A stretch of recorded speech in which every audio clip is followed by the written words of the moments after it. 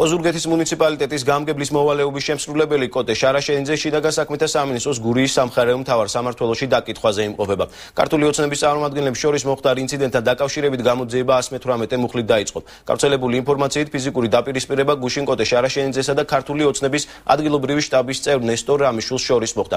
ნესტორ რამიშვილი კომენტარს არ აკეთებს. გამგებელი კი გავრცელებულ ინფორმაციას უარყოფს. ოზურგეთის საკრებულოს ოპოზიციონერი წევრების განცხადებით დაზარალებული მოინახულეს და მას თავზე ჭრილობა აქვს. მომხდარს დღესვე გამოეხმაურა ერთიანი ნაციონალური მოძრაობა და გამგებლის მოვალეობის შემსრულების უფლებამოსილების შეჩერება მოითხოვა.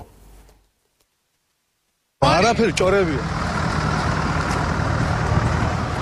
ამ დილით მივიღე ინფორმაცია, რომ ხამის 12 საათზე ოზურგეთის მუნიციპალიტეტის გამგებლობის მოვალეობის შემსრულებელი კოტე შარაშენიძე სახლში მიუვარდა თავის თანაგუნდელს ნესტორ რამიშვილს და მიაყენა ფიზიკური შეურაცხყოფა, იცხოვიჩხუბეს ამ პიროვნებებმა და ასეთი ინფორმაცია მივიღე, რომ სიცოცხლე იარაღის კონდახი ჩაარტყა თავში.